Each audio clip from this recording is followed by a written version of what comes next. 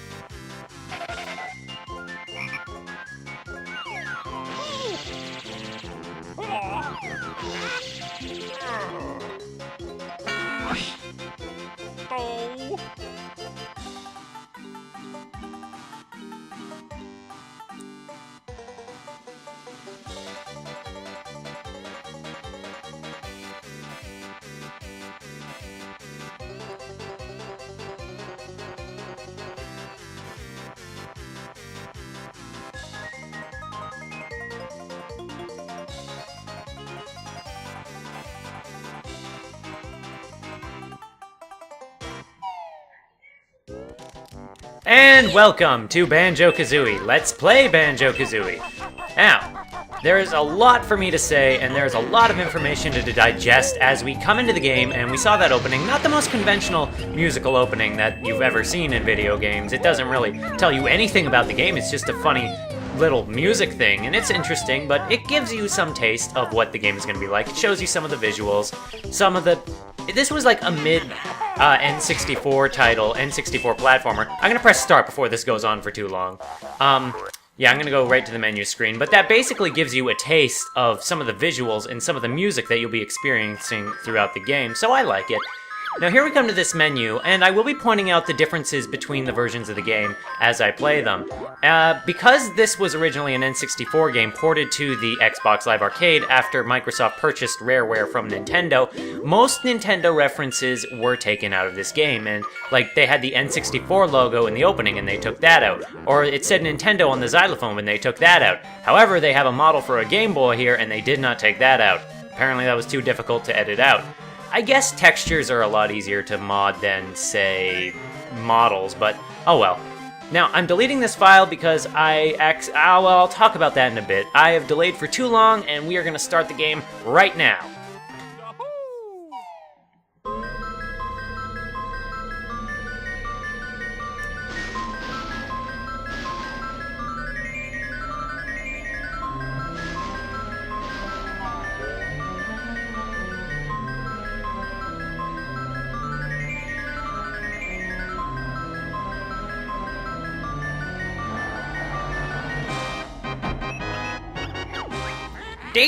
Ding pot by the bench. Who is the nicest looking wench? Why, it's Grunty any day. She really takes my breath away. Yes, you're right. I'm rather proud. My looks stand me out from the crowd.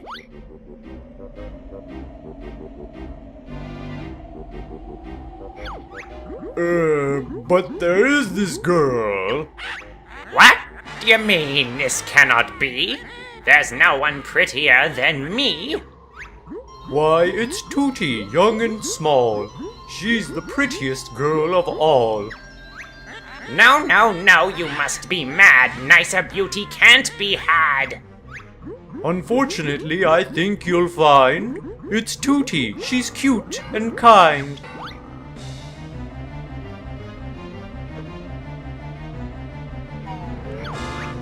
Well, we'll see about that.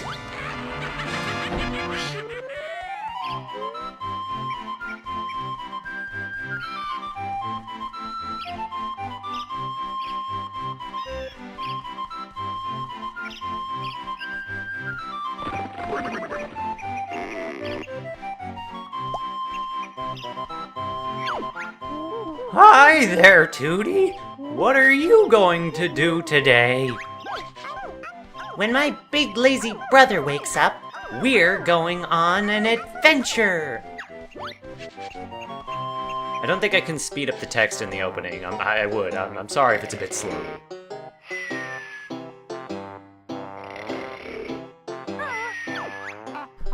Wake up! I want to go on an adventure too! If Tootie thinks she's fairer than me, I'll steal her looks and ugly she'll be. Is that your brother? Where, Mr. Mole? I can't see him. Up there in the sky. I don't think so. Who is that? Come to me, my little pretty. You'll soon be ugly. What a pity! Let me go, you ugly old hag! Don't scratch and bite, my little bear. You'll soon need bigger underwear. Oh no, she's got her! Somebody help! Banjo, wake up! Now! Oh, what do you want, Kazooie? Let's get outside! There's trouble!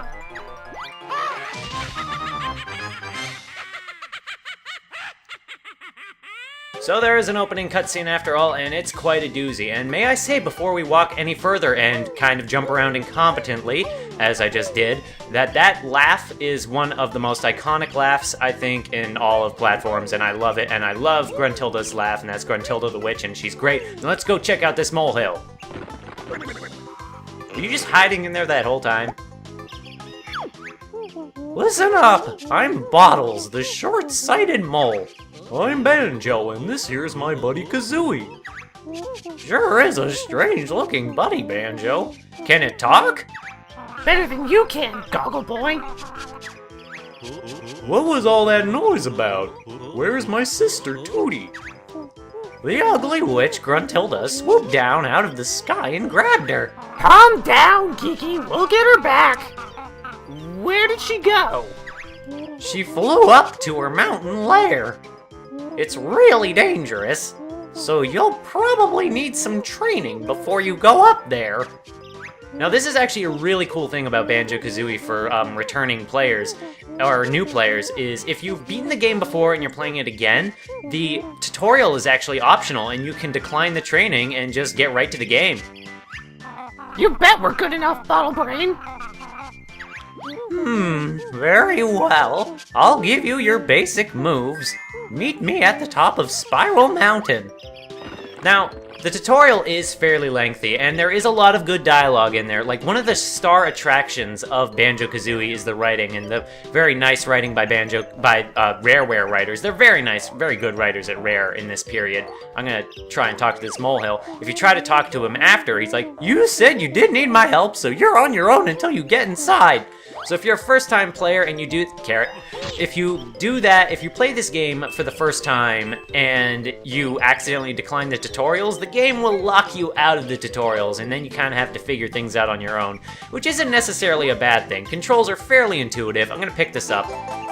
And everything in this game talks. That's an extra honeycomb piece. I'm not going to be doing voices for everything because there's too many things, and in this opening portion, everything is going to talk to you. Like, that's health, and that's why I didn't pick up the earlier one, but when you pick it up, it's going to go bzz, bzz, bzz, or like, I'm sticky honey energy.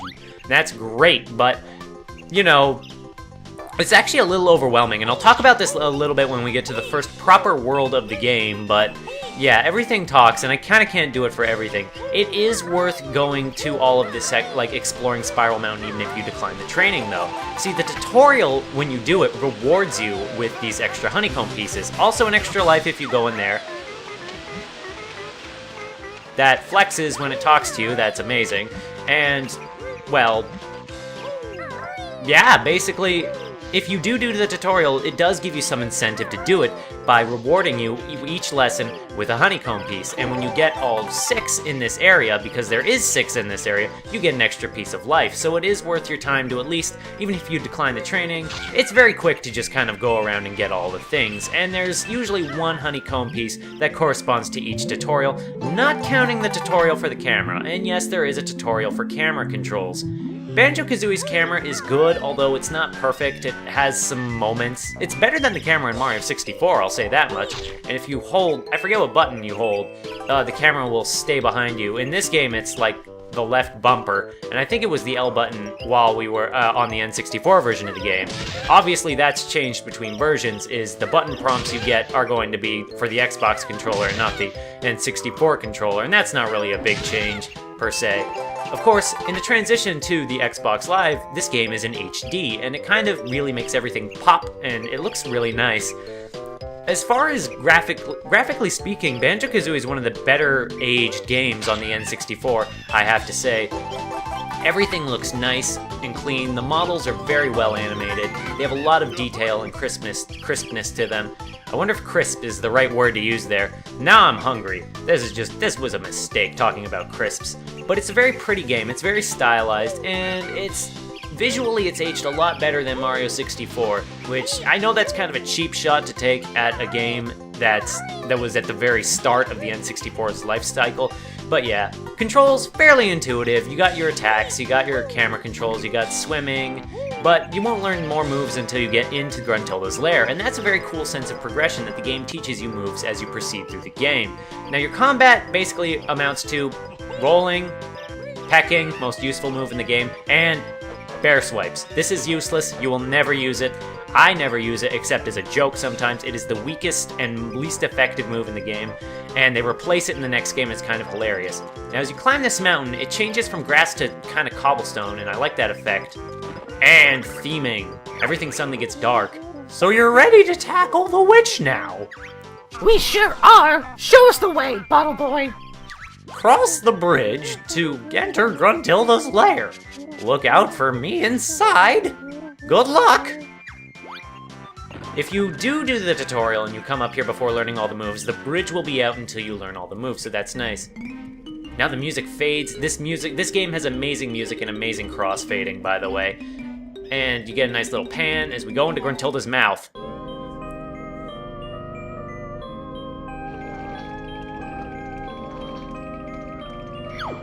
This fine contraption, so I'm told, will make me young and tooty old.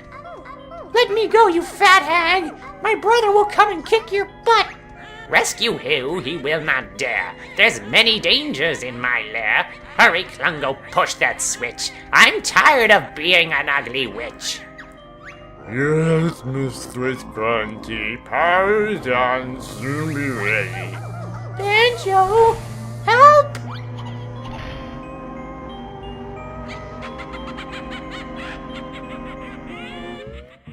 There he is, the fun begins. My tricks and traps, we'll see who wins. I don't care how much they use that laugh, I love it. It's like one of my favorite sound clips on the N64, possibly my favorite sound clip, and I know that's a really weird thing to qualify your favorite sound clip. And just kind of sitting with the music for a moment. Favorite hub world music. This game has a lot of my favorite many things. Also, you can do a backflip up here and get your first collectible of the game. Hey, it's me, Mr. Jiggy. Now go and find a picture with a piece missing.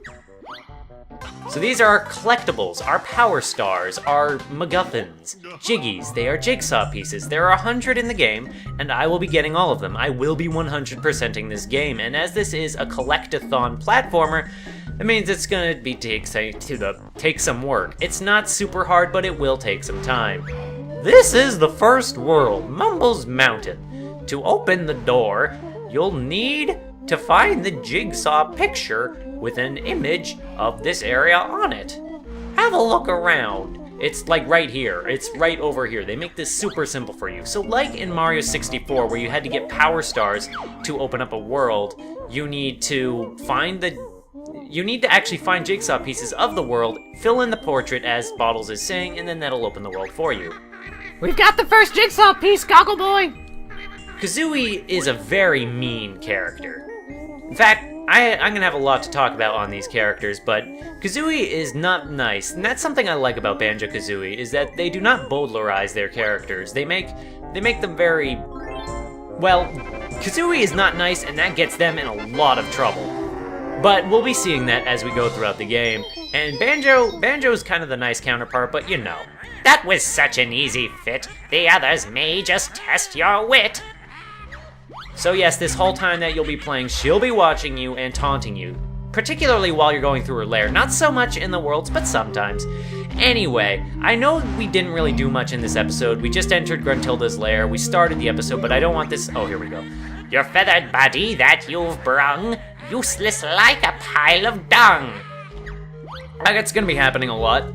But yeah, I figure we've done enough in this episode. We did the opening, we got the first jigsaw piece, and I don't want this video to get too long. So in the next episode, we'll be starting the first world, Mumbo's Mountain. I hope to see somebody then. Bye-bye!